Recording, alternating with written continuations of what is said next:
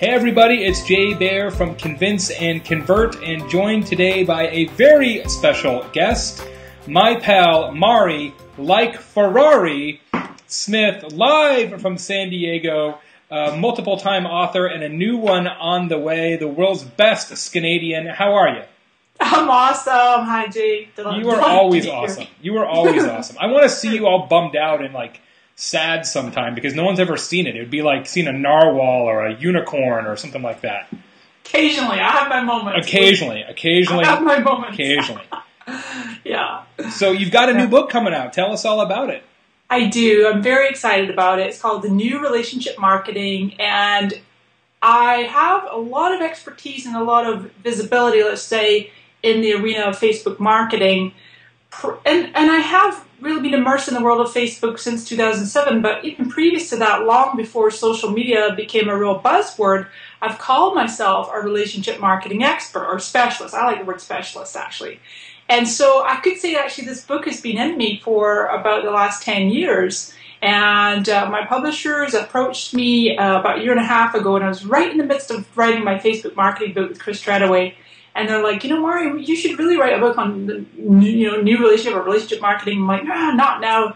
So finally, I got down to it, and I'm really, really excited because it's a fusion of what we all know is the technical aspects of social media, what buttons you press, what tools, what stats to measure, all the kind of the left brain hard skills, as well as something that I've really honed a lot over the years, which is the soft skills, the people skills, which is crucial for real success, in my opinion, in social media, online, offline. So it's having skills like empathy and really being able to listen and read between the lines and expressing genuine care and compassion for people, regardless of where they come from.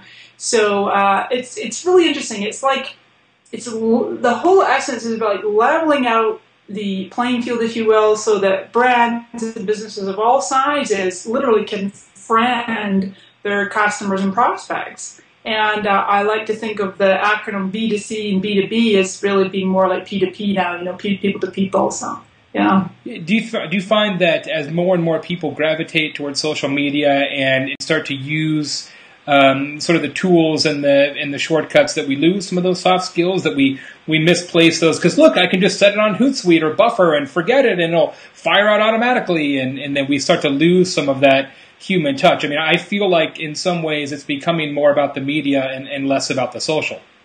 Yeah, 100% agree. And it's really interesting, as you and I both know, that social media as an industry per se has matured or is maturing. So very young. It's actually, Gary Vaynerchuk has this great metaphor. I think he says the internet. It's not just social media, but the internet as a baby, but it has maturity. I heard him say this once at an event. It's a baby with a mustache.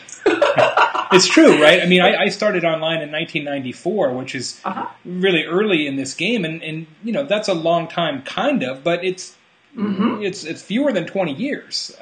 Right. So. Well, but the social aspect of it, that's really what's the paradigm shift, because people, businesses are missing out if they think they can just use these tools. They're some terrific tools. I'm a big fan of Hootsuite, for example. But if you think that you can just automate and set and forget, you'll get some results, but it really will not be the same kinds of results if there can be some genuine interaction and someone in charge of that in the company. It could be outsourced, who's listening and paying attention, because you know why? Because the consumer has come to expect it.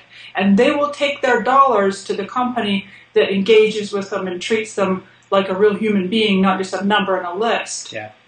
What's really interesting, though, is my book is in part about speed and having to do things faster as a company. And I find that those two things tend to sometimes work at cross purposes, right? So customers expect us to be faster as a company, but yet they also expect us to engage with authenticity and with empathy and with caring.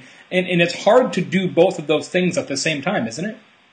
It is. It actually is. And there's some tips that I talk about in my book would be to rapport building skills like using people's first names.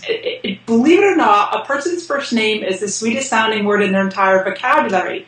So even though, for example, if somebody's Twitter handle includes their name, you can still say, hi, Jay, and you're at Jay Baer. I'm going, great chatting to you today, Jay. Really, really appreciate you. So using people's first names in any correspondence where it feels natural. If you do it like every time and always at the beginning or whatever, it's going to look forced and contrived. But naturally doing your best to communicate online the same way that you would in person, chit-chatting with a friend. And even it's not necessarily as you scale and get larger as a company or a brand or a person, not having to think that you have to respond to everybody, because you can't. It's not humanly possible. It's not really scalable. But if you respond to enough people in the day in a warm, friendly, sincere way, and with the rapport building tips of people can really feel when you're being genuinely giving and helping them versus like, oh yeah, and by the way, P.S., we can help you and buy our product and here's a link, and always turning into a sale. So to me, that you can accomplish a lot in a short period of time when you are consistently showing up as that genuine and caring person. And there's many people and brands that do a great job of this. Yeah. One of my favorites is Alaska Air. When I tweet to them, they respond. The other day there I was tweeting about GoDaddy, and they tweet right back to me, and just a fun and great company response. Yeah, they do a really nice job. I like those guys an awful lot. I'm glad you mentioned consistency, because a lot of people spend a bunch of time in a row in social media, and they lock it down for 2 hours or 3 hours, and then they go away for the rest of the day or for a week, and it becomes this very staccato participation wave where they're overwhelmed by it, and then they're not involved at all. And I suspect that you recommend the opposite, more of a sustained level of involvement. Is that true? Oh, 100%. It's funny, I was just doing a session earlier, and one of the questions I got asked was about how much time a day should you spend, and I always find that an awkward question to answer. So it's like, well, it just depends on how much time you have available, what your goals are, what your resources you have available. But I'll guarantee you this, if you focus more on consistency versus the amount of time where it is a certain amount, you're showing up, like you say, it's more of a consistent presence. Now, my iPhone and I just get a little, I got my blue and bling iPhone. Great quote from the comedian Chris Hardwick. His Twitter ID is Nerdist, at Nerdist. And he talks about this concept of grouting your day. Like, social media, or Twitter in particular, isn't something you sit down at your desk and you're going to, okay, I got 20 minutes, I'm going to do Twitter now. If you think more of grouting your day, and you have some great apps on your mobile devices and your notepads or whatever, and that you can just fit in a minute here, a minute there. It's amazing how many just couple minutes here, there, and everywhere throughout the day, when it makes sense in between appointments or waiting for something, that all that adds up. And like you say, people go, wow, I honestly don't know how Chris Brogan does it. I swear that guy doesn't even sleep, but he's a great example of someone who's just consistently shows up, and he has a family, and he has a life, and he has a very successful business, but he's somebody who's just very available, and people really love that about him. Yeah, one of the things that I do to sort of take advantage of how people do sort of dive in and dive out of Twitter in particular is a lot of times when I'm tweeting posts of my own blog posts and things like that, I typically tweet those within 3 minutes of the top or the bottom of the hour, because I figure more people are checking Twitter right before their next appointment, or right after their appointment ended. And so I've actually tested it, and I've seen a lot better results in that 6 or 7 minute window right after the top of the hour than at 4:22 or 4:44 or things like that, when people are probably involved in some sort of a meeting.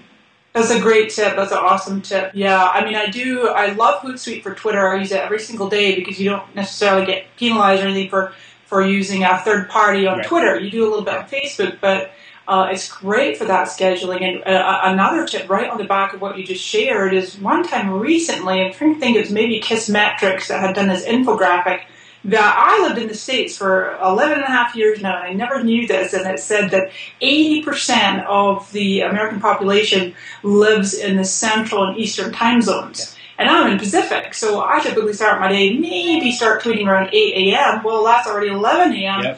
in the East Coast, so I started to back it up a little bit and I programmed some tweets to go out like 5 and 6 a.m. my time, and I've noticed, like you, noticed better traction for that too. Absolutely. I lived that transition moving from Arizona, which is typically on half the year on Pacific and half the year on Mountain, because Arizona refuses to change clocks. In fact, I literally never changed a clock until this year. Didn't even know how to do it. I mean, I kind of knew how, but I had never done it. That's just sort amazing. of weird. And went from Pacific time to East Coast time in Indiana, and sort of had very much lived that difference. And the nice thing about it is for blog commenting in particular, right? Because it's being the third comment on a blog is going to get you a lot more visibility than being the 60-second comment on a blog. Agreed. And being on the West Coast, Agreed. it's awfully hard to be the third comment on a blog unless you're some kind of, I get up at 3:30 in the morning freak, which is not my style. I'm much more likely to be up at 3:30 than be awake again at 3:30. Exactly. Yeah. Amen to that. Yeah. One of the questions that I think is on a lot of people's minds right now, especially with the release of Google Plus, is more, right? Is doing more in social media or participating more with relationship marketing. Is it a linear relationship? The more time I spend, the better off I'll be. If I'm in Twitter and Facebook and LinkedIn and Google Plus, is that inherently better than just being in a couple? And I get that kind of question from thought leaders and business owners all the time, and it's a hard one to answer. What do you think? Brilliant question. I love where you're going with this. Ultimately, it is a personal choice, and the great equalizer is time. We only have 24 hours in the day, unless you're a brand or you're doing real well financially, and you just feel like forking out tons and tons of money to community managers so that they can be responding on your behalf, not necessarily as you, but for you. Great, hats off to you. But, I have great admiration, to mention Chris Brogan's name again. I was a little shocked at first, but I did have some admiration that he just put a sign up on Facebook when Google Plus came along. And he's like, I'm moved. Yeah. You want to interact with me? I'm over here. Yeah. And he's the first to admit, he never really fully embraced Facebook. For myself, right. Totally different. Yeah, Facebook, almost the opposite, right? I mean, that's always been your place. Exactly. I've always just been madly in love with them. They're my first love. And it was challenging for me in the last, what's it been now, about 6-8 weeks since Google Plus really first launched, because I was excited, and I was saying to people, my God, I've never been this excited since May of 2007 when I first got on Facebook. Yeah. And it was a beautiful interface, and I love technology. I'm a chic geek, as we call ourselves, and so I'm knee deep into it, and it was amazing. But the cool thing I found, even though there's many thought leaders, many experts are on Google Plus and they're sharing voraciously, I found to get some tremendous mileage. One post a day. One post a day, that's it. But again, back to that thing we're just saying, the consistency is there. And so right now, I am managing my own presence on Google Plus and Twitter, do all my own tweets. But Facebook is where I implemented a whole new campaign recently, thanks to something I learned from Jeremiah Aouyang about scalability, and he talked about how it's really challenging for brands and businesses to use social media as a customer service mechanism, because it's a bottomless pit. You keep throwing money at more community managers, and it just keeps scaling. So his recommendation was to create a customer advocacy program. And so I've actually recently implemented, I call them my MVPs, or Mari's Valuable Peeps, and I have about half dozen members of my community who totally for free, out of the goodness of their heart, are answering questions for me on my fan page. Yep. I give them exposure and exchange. I drive people to their sites and their pages. They get business because they're in a slightly different business, maybe doing fan page design. So you got to find what works for you. And the thing is, those people will rise to the challenge. They're hungry for an assignment, and that is very much what AOL did back in the day when AOL found themselves with tens of thousands of chat rooms back when that was the thing, pre-Facebook, pre-Twitter, pre-MySpace. I remember. And so, you can't as a company, you can't as a company have 10,000 paid moderators, right? It just doesn't pencil out. So they said, okay, which of you people who are totally into Goldfish or Harley Davidsons or whatever this is about wants to be the king of the geeks?